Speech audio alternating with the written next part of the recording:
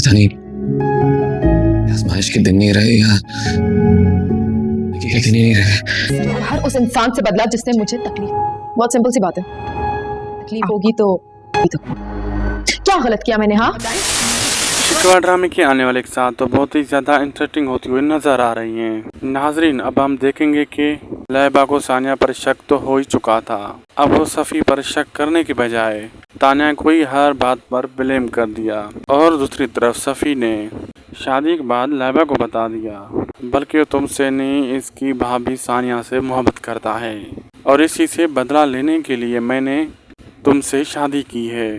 लेकिन लैबा के इतने सानिया पर शक करने के बाद भी सानिया लैबा की ज़िंदगी बचाने के लिए हर वो कदम उठाएगी जो उसे सफ़ी कहेगा। लेकिन आखिरकार सफ़ी के जुल्म सितम की कोई न कोई हद तो ज़रूर होगी जिसकी वजह से सफ़ी पकड़ा जाएगा।